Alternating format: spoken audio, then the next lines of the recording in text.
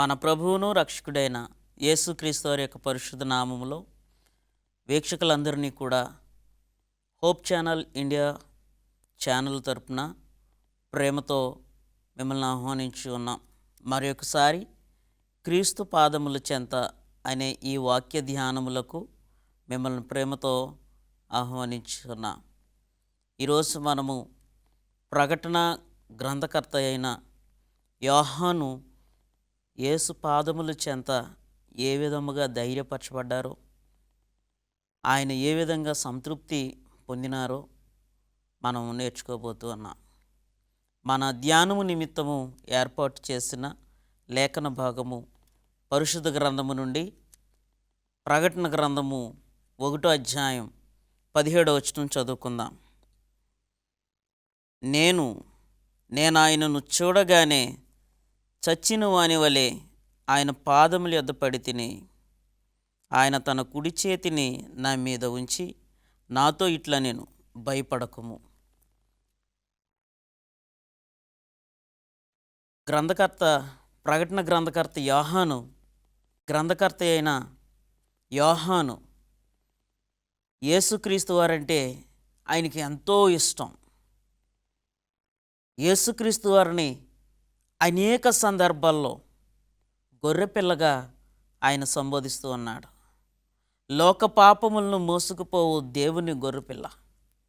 పాపమునకు ప్రాయశ్చిత్తము ఈ గొర్రెపిల్ల యొక్క రక్తములో ఉన్నదని ఈ ప్రకటన గ్రంథాన్ని రచించిన యోహాను గారు తెలియచేస్తూ ఉన్నారు.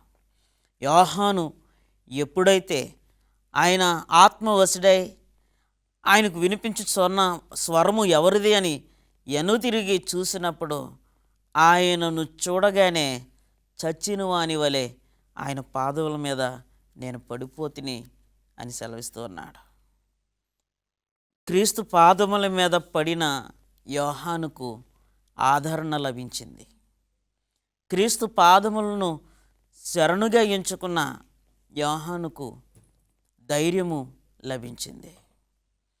యోహాను యేసుక్రీస్తు పాదముల మీద ఎప్పుడైతే పడ్డారో, యోహాను ఎప్పుడైతే క్రీస్తును చూసి ఆయన పాదాల మీద పడ్డారో, యేసుక్రీస్తు వారి వెంటనే ఆయన హస్తాన్ని చాపి, గ్రంథకర్త అయిన యోహాను సెలవిస్తున్నాడు, ఆయన కుడి హస్తాన్ని నా మీదకి చాపి నన్ను లేపి నీవు భయపడవద్దు. ఈరోజు నువ్వు ఏ విషయంలో భయపడుతున్నావు, ఏ విషయంలో ఆందోళన చెందుతున్నావు,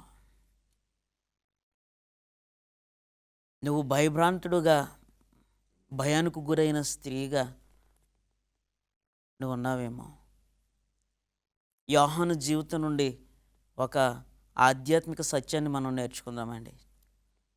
మనమున్న స్థితిలోనే దేవుని పాదాల మీద పడినట్లయితే ఆయన మనల్ని బలపరిచే దేవుడు, ధైర్యపరిచే దేవుడు. గతంలో మనం వాక్య ధ్యానంలో నేర్చుకున్నాం, ఆయన ఇంద్రియ జ్ఞానమునే కానీ పిరికితనమును దయచేయలేదని. అదేవిధంగా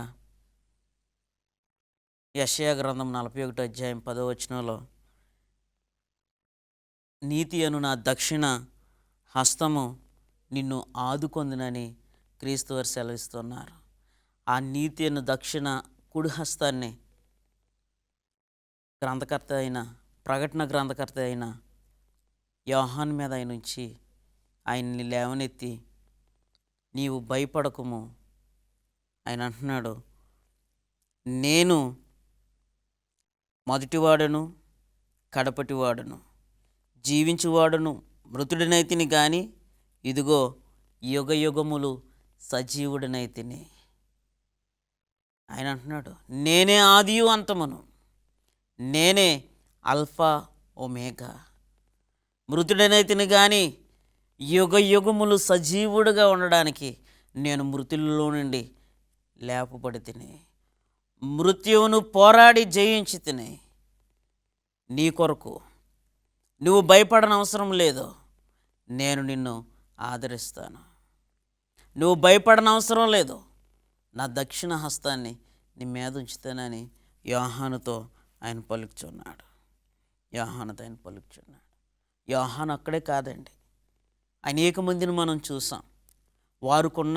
వారు ఎదుర్కొంటున్న పరిస్థితులను బట్టి వారు క్రీస్తు పాదాల మీద పడినప్పుడు, వారు దేవుని సముఖములో సాష్టాంగ పడినప్పుడు, రాజులైనప్పటికీ, అధికారులైనప్పటికీ, అపవిత్రులైనప్పటికీ, దయ్యముల చేత పీడింపబడుతున్నప్పటికీ, అనారోగ్యముతో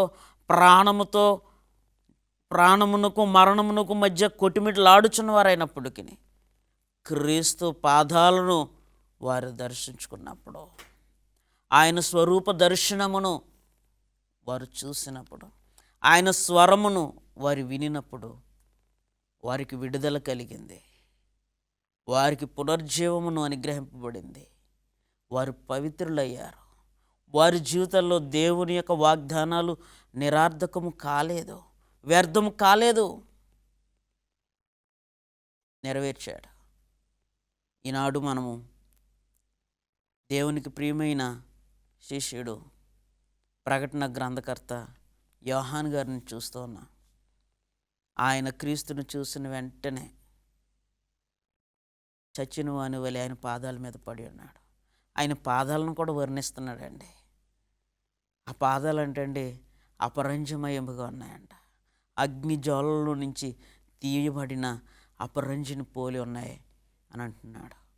ఈరోజు అంత పవిత్రమైన పాదాలు, ఆ క్రీస్తు పాదాలను నువ్వు చేరగలుగుతున్నావు. ప్రియమైన సహోదరి, సహోదరుడా, నువ్వు ఏ కష్టంలో ఉన్నప్పటికీ, ఏ పరిస్థితిలో ఉన్నప్పటికీ నీవు క్రీస్తు పాదాలు చేరినట్లయితే యేసుక్రీస్తు వారు నిన్ను ఆదరించడానికి, నిన్ను ధైర్యపరచడానికి ఆయన సిద్ధంగా ఉన్నాడండి. ప్రకటన గ్రంథకర్త ఒక్కరే కాదండి, దానియేలు గ్రంథం 10వ అధ్యాయం మనం చదివినప్పుడు, దానియేలు గ్రంథము 10వ అధ్యాయం 8వ వచనం నుంచి చదువుతున్నానండి. నేను ఒంటరినై ఈ గొప్ప దర్శనమును చూచినందున నాలో బలమేమీ లేకపోయాను, నా సొగసు వికారమాయెను, బలము నా యందు నిలవలేదు. నేను అతని మాటలు విని నేను నేలను సాష్టాంగపడి గాఢ నిద్ర పొందినవాడినైతిని. ఎక్కడైనా దర్శనములో దేవుణ్ణి చూశాడండి దానియేలు గారు. ఈ దర్శనములో దేవుణ్ణి చూసినప్పుడు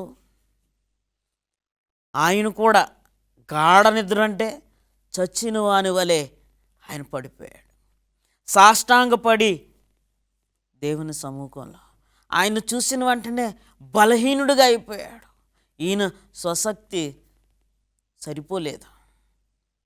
ఆయన మాటలు వినగానే ఈయనలో స్వరూపం లేకుండా పోయింది, సొగసు లేకుండా పోయింది. ఈరోజు అనేక కుటుంబాల్లో కలహాలతో, పోట్లాటలతో, మనశ్శాంతి లేక ఈ యొక్క లోకనాథుడైన సాతానుడి యొక్క పోరాటంలో పోరాడుతూ స్వరూపమును పోగొట్టుకున్న వారు ఉన్నారు, మనశ్శాంతిని కోల్పోయిన వారు ఉన్నారు. వారు గాఢ నిద్ర కలిగితే బాగుండని మరణము కొరకు ఎదురు చూచేవారు ఉన్నారు. మీకు ఒక శుభవార్త, దానియేలు అంటున్నాడు, నేను బలహీనుడినైపోయాను, ఆయన స్వరాన్ని నేను వింటున్నాను. ఇంకేమంటున్నాడు మనం ఆయన ఇంకేమంటున్నారో మనతో ఒకసారి చూద్దామండి. 12వ వచనంలో, అప్పుడు అతడు, దానియేలు భయపడకము, నీవు తెలుసుకొనవలనని నీ మనసును అప్పగించి దేవుని ఎదుట నిన్ను తగ్గించుకొనిన ఆ మొదటి దినము మొదలుకొని నీవు చెప్పిన మాటలు వినబడినవి కనుక నీ మాటలను బట్టే నేను వచ్చి తిని ఆయన సహాయం కొరకు దేవుడు దేవదూతలను, మికాయేలును, దానియేలును ఆదుకుంటానికి, ప్రవక్త దానియేలును బలపరచడానికి, అన్య దేశంలో దేవుని సువర్తమానమును ప్రకటించడానికి, అన్యులు అయిన రాజులను దేవుని వైపు త్రిప్పటానికి, ఆయన గొప్ప కార్యములు వారు రుచి చూడడానికి ఈయన ఒక సాక్షిగా, ఒక మార్గదర్శిగా బబులోని దేశంలో దేవుడు దానియేలును వాడుకున్నాడు. ఈరోజు నిన్ను కూడా దేవుడు వాడుకోవడానికి ఎదురు చూస్తూ ఉన్నాడు. నీవు పరిపూర్ణంగా ఆయనకు అప్పగించుకుని ఉన్నావా? ఆయన నీతిమంతుడు, ఆయన నమ్మదగిన దేవుడు, ఆయన యథార్థపరుడు. నీవు భయపడినప్పుడు నేనున్నాను నీకు, నువ్వు భయపడవద్దని సెలవిచ్చే దేవుడు. దానియేలు బలహీనుడిగా పడి ఉన్నాడు, అధైర్యము నిండుకొని అన్నది. అయితే నీవు నన్ను నమ్ముకున్న మొదటి దినము నుండి నీవు మాట్లాడి దాని ప్రకారము దేవుడు నన్ను నీ వద్దకు పంపించారు. ఈరోజు నీవు కూడా దేవుణ్ణి ఏం అడుగుతున్నావు? ప్రకటన గ్రంథకర్త అయిన యోహాను చూసాము. ఆయన పాదముల మీద చచ్చినవాడు వలె పడి ఉన్నాడు. ఆయనలో ఏమాత్రం బలం లేదు. దేవుడు దర్శించి నువ్వు భయపడవద్దు, క్రీస్తు వారు అంటున్నారు, నువ్వు లేగు అని ఆయన కుడి హస్తాన్ని, నీతి అని ఆయన దక్షిణ హస్తాన్ని ఆయన మీద ఉంచి ఆయన లేవనెత్తాడు. దానియేలు గారు కూడా దేవుని పాదాల మీద పడిపోయాడు. ఆయన సాష్టాంగ పడిపోయాడు. ఆయన అంటున్నాడు, ఆయన స్వరము వినగానే నాలో ఏ బలము లేదు. అయితే దేవుడు అంటున్నాడు, నువ్వు భయపడనవసరం లేదు. నీవు నమ్ముకున్న దినము నుండి నేటి వరకు నువ్వు పలికిన మాట ప్రకారం నేను నీకు పరిచర్య చేయడానికి వచ్చాను. మరి నువ్వు దేవుణ్ణి నమ్ముకున్న దినము నుండి నువ్వు ఏం కోరుకుంటున్నావు? దేవుణ్ణి, అయ్యా నా గృహాన్ని దర్శించు తండ్రి, నా పరిస్థితిని మార్చిన ఆయన, నేను బలహీనుడిగా ఉన్నాను, బలహీనురాలుగా ఉన్నాను, ఈ పాపలోకములో అంధకార శక్తులతో పోరాడి ప్రార్థన జీవితంలో వేసారిపోయి కన్నీళ్లు విడిచి దుఃఖమును ధరించుకుని ఎల్లప్పుడూ నీ సముఖములో నీ యొక్క ప్రత్యుత్తరము కొరకు కనిపెట్టుచున్నాను తండ్రి అని నువ్వు మొరపెడుతున్నావా? మొరపెట్టినట్లయితే ఈరోజు దేవుడు అంటున్నాడు, నీవు పలికిన మాటల ప్రకారం నేను నిన్ను బలపరచడానికి వచ్చాను, నువ్వు భయపడొద్దు అని ఆయన సెలవిస్తూ ఉన్నాడు. అబ్రహాం కొరకు మనం నేర్చుకున్నాం. ఆదికాండం 15:1 అంటున్నాడు, అబ్రామా నేను నీకు కేడమును, నీ బహుమానము అధికమగును అని ఆయన సెలవిస్తున్నాడు. అబ్రామును అబ్రహాముగా మార్చకముందే దేవుడు దర్శించారు. ఈరోజు నిన్ను దర్శించడానికి ఆయన సిద్ధంగా ఉన్నారు. నీవు మారు మనసు పొందకముందే నిన్ను ప్రేమించారు దేవుడు. నువ్వు పాపిగా ఉండగానే తన కుమారుడు, నువ్వు పాపములు ఉండగానే తనకు తాను రిక్తుకునిగా చేసుకుని నిన్ను విమోచించి ఉన్నాడు. నీ కొరకు తన స్వరక్తమిచ్చి నిన్ను కొన్నాడు. ఆ ప్రభువుని నీవు ఆహ్వానించున్నావా? ఆయన పాదాలను నువ్వు శరణుగా ఎంచుకొని నువ్వు ఆయన్ని అడుగుచున్నావా? అనేక మందిని మనం ఈ సిరీస్ ద్వారా నేర్చుకున్నాం. ఈ శీర్షిక ద్వారా, ఈ యొక్క వాక్య ధ్యానముల ద్వారా ఎందరైతే దేవుని పాదాలు చేరారో, ఎందరైతే ఆయన సముఖములో సాగిలు పడి ఉన్నారో వారందరూ కూడా విజయమును సాధించారు, విడుదలను సాధించారు, పవిత్రమైన జీవితములను సాధించారు. మరి నీవు ఈరోజు భయపడుతున్నావా? ఆయన అంటున్నాడు, భయపడద్దు, నేను నీకు కేడుముగా ఉన్నాను, నీ ఆత్మఫలము నేను అభివృద్ధి చేస్తాను, నీ ఫలము అధికమగునని ఆయన సెలవిస్తూ ఉన్నాడు. ఆత్మఫలములు మనకు తెలుసు. లోకసువార్త మనం చదివితే, లోకసువార్త 24:37-38 మనం చదువుకుందాం. అయితే వారు దిగులుపడి భయక్రాంతులై భూతము తమకు కనబడనని తలంచిరి. అప్పుడు ఆయన, మీరెందుకు కలవరపడుచున్నారు? మీ హృదయముల్లో సందేహములు పుట్టినేలా నేనే ఆయనను అనుటకు నా చేతులను నా పాదములను చూడిడి, నన్ను పట్టి చూడిడి. నాకున్నట్టుగా మీరు చూచుచున్న ఎముకలు కానీ మాంసము కానీ దయ్యాలకి భూతాలకి ఉండవు అని ఆయన సెలవిస్తున్నాడు. శిష్యులు ప్రయాణం చేస్తూ ఉండగా క్రీస్తు వారు ఆ సముద్రం మీద వారిని కలిసినప్పుడు వారు భయానికి ఆందోళనకు గురయ్యారు, అనుమానస్తులయ్యారు, భూతం వచ్చేసిందని భయపడుతూ ఉన్నారు. క్రీస్తు వారు అంటున్నారు, మీరెలా భయపడుచున్నారు? మీరెలా సందేహపడుతూ ఉన్నారు? నేనే అతనునని మీరు నమ్మజాలరా? నమ్మనట్లయితే నా గాయములలో మీరు, నా చేతికి నా కాళ్ళకున్న గాయముల్లో మీరు మీ చేతులను పెట్టి చూడండి. ఈరోజు నీ జీవితంలో కూడా క్రీస్తు వారు క్రియలు చేస్తున్నప్పటికీ నువ్వు భయాన్ని జయించలేకపోతూ ఉన్నావేమో, బలహీనురాల్లాగా నువ్వు పడిపోయావేమో, చచ్చిన వాని స్థితికి వెళ్ళిపోయావేమో. ఆయన అంటున్నాడు, నేనే అల్ఫా ఒమేగా, ఆదియు అంతమును నేనే, సర్వాధికారమును కలిగిన వాడని, మీ మరణముల నుండి నేను మిమ్మల్ని విమోచించే శక్తి గలవాడను. సర్వాధికారము ఈ భూమి మీదయు పరలోకమందును నాకు అనుగ్రహింపబడను అని ఆయన సాక్ష్యం ఇచ్చున్నాడు. అటువంటి దేవుడు నీకుండగా నువ్వు భయపడుతూ ఉన్నావా? ఆందోళనకు గురవుతూ ఉన్నావా? ఒకసారి అబ్రహాముని జ్ఞాపకం చేసుకోండి. అబ్రహాము, నేను నీకు కేడుముగా ఉన్నాను. దానియేలు జ్ఞాపకం చేసుకోండి. దానియేలు, నీవు నన్ను నమ్ముకున్న మొదటి దినము నుండి నేటి వరకు నువ్వు పలికిన మాటల ప్రకారము నేను నిన్ను దర్శించాను.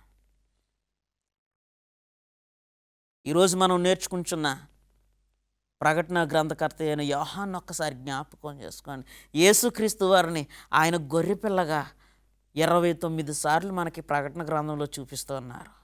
అంత ఇష్టము క్రీస్తు వారంటే. ఆయన సముఖంలో ఈయన చనిపోయిన వాడిగా పడి ఉన్నప్పుడు ఆయన్ని దర్శించి లేవనెత్తి, భయపడకుము, నేను నీకు తోడుగా ఉన్నాను. ఆయన కుడి హస్తాన్ని యోహాను మీద ఉంచి లేవనెత్తి ఆయన్ని బలపరిచి ఆయన్ని సువార్త ప్రకటించటానికి, అంత్యకాలములో తన జనులను రక్షించటానికి ఆయన తన సువర్తమానాన్ని ప్రకటన ద్వారా మనకి తెలియచేయడానికి యోహాన్ని బలపరుచుకున్నాడు. ఈరోజు నిన్ను ఆయన బలపరచడానికి సంసిద్ధుడయ్యాడు. ఇర్మియా 32లో ఆయన అంటున్నాడు, ఇర్మియా గ్రంథం 32:17 వచనము మనం చదువుకుంటున్నాం. యెహోవా ప్రభువా, సైన్యములకు అధిపతియగు దేవా అను పేరు వహించువాడా, సూర్యుడా, మహాదేవా, నీ అధిక బలము చేతను చాచిన బాహువు చేతను భూమి ఆకాశములను సృజించితివి, నీకు అసాధ్యమైనది ఏదియో లేదు. అవును,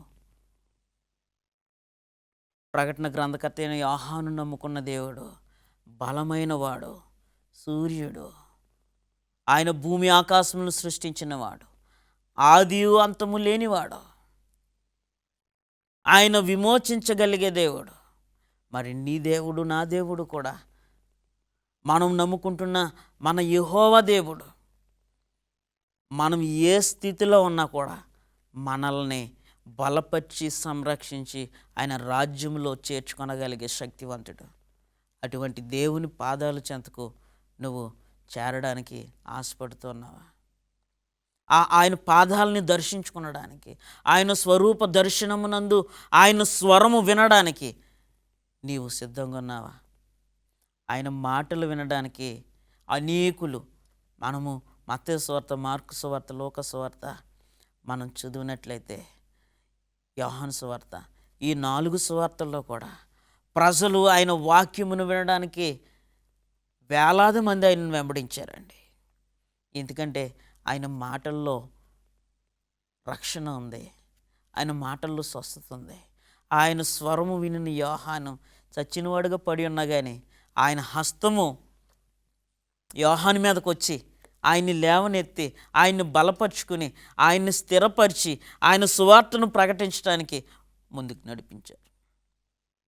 నీవు కూడా ఆయన స్వరం విన్నట్లయితే నువ్వు ఏ స్థితిలో ఉన్నా నిన్ను బలపరిచి, నిన్ను స్థిరపరిచి, నిన్ను పవిత్రమైన స్త్రీగా పురుషునిగా చేసి నీ యందు ఆయన వాక్యమును నింపి ఆ జీవవాక్యముతో అనేకులకు నిన్ను ఆయన సువార్తమానమును, ప్రకాశమానమైన సువార్తను ప్రకటించడానికి నిన్ను వాడుకుంటానికి ఆయన సిద్ధంగా ఉన్నాడు. 1వ అధ్యాయంలో చచ్చిపోయిన వాడుగా పడి ఉన్న యోహాన్ని 22 అధ్యాయాలు దేవుడు ఆయనతో రాయించుకున్నాడు. ఈ 22 అధ్యాయాలు, దానియేలు గ్రంథంలో ఉన్న 12 అధ్యాయాలు లోకం యొక్క అంతము చరిత్రను మనకు విభజించి దేవుడు మనకు అనుగ్రహించి ఉన్నాడు. ప్రవచన వరంనిచ్చి ఉన్నాడు, ప్రవచన సారమునిచ్చి ఉన్నాడు. మరి ఆ దేవుని పాదాలను నువ్వు చేరగలుగుతున్నావా? ఈ యొక్క శీర్షిక ద్వారా దేవుని పాదాలు మనం చేరినట్లయితే దేవుడు మనల్ని రక్షిస్తాడు. ఆయన రక్తము చేత మనల్ని శుద్ధీకరిస్తాడు. ఆయన యుగయుగములు జీవించేవాడు. ఆయనకు అసాధ్యమైనది ఏదీ లేదు. ప్రియమైన సహోదరి సహోదరుడా, ద్వితీయోపదేశ కాండము 32 అధ్యాయం మనం చదివినట్లయితే 4వ వచనం చదువుకుందాం. ఆయన ఆశ్రయదుర్గముగానున్నాడు, ఆయన కార్యము సంపూర్ణము, ఆయన చర్యలన్నీ న్యాయములు, ఆయన నిర్దోషి అయి నమ్ముకొనదగిన దేవుడు, ఆయన నీతిపరుడు, యథార్థవంతుడు. కాబట్టే ఆయన పూజనీయుడు. కాబట్టే లోకములో ఉన్న నామములన్నిటికంటే ఉన్నతమైన నామము ఆయన నామము. ఆయన యథార్థవంతుడు, ఆయన నమ్ముకొనదగిన దేవుడు, ఆయన నీతిమంతుడు, ఆయన బలమైన వాడు. అటువంటి దేవుణ్ణే మన పూర్వీకులు, మన పితరులు, ప్రవక్తలు నమ్ముకున్నారు. వారు ఎటువంటి శ్రమలో ఉన్నా, కష్టాల్లో ఉన్నా వారిని దేవుడు సంరక్షించి ఉన్నాడు. ఆయన త్రట్టు తిప్పుకున్నాడు. వారిని ఎన్నడూ విడవలేదు, ఎడబాయలేదు. ఆ దేవుణ్ణి మీకు నేను పరిచయం చేస్తున్నాను. ప్రకటన గ్రంథకర్త అయిన యోహాను చచ్చినవానిగా క్రీస్తు పాదాల మీద పడిపోయాడు. ఈరోజు నీవున్న స్థితిలో కూడా నీవు కూడా మృతుల్లో లెక్కించబడ్డావేమో. జనులు నిన్ను హీనమైన స్థితిలో చూస్తున్నారేమో. నీకు ఒక మంచి స్థలము ఈరోజు నేను చూపిస్తున్నాను. అదేంటంటే యేసుక్రీస్తు వారి పాదాలు. ఆయన పాదాల మీద మనం పడినట్లయితే ఆయన మనల్ని విడువడు, తృణీకరించడు, ఎన్నడూ మనల్ని త్రోసివేయడు. అందుకే దావీదురాజు అంటాడు, అయ్యా నీ సన్నిధి నుండి నన్ను త్రోసివేయకుము. త్రోసివేసే దేవుడు కాదు, పవిత్రపరిచే దేవుడు, యోహాను బలపరిచిన దేవుడు నిన్ను నన్ను మనందరినీ బలపరచునుగాక. ఆమేన్.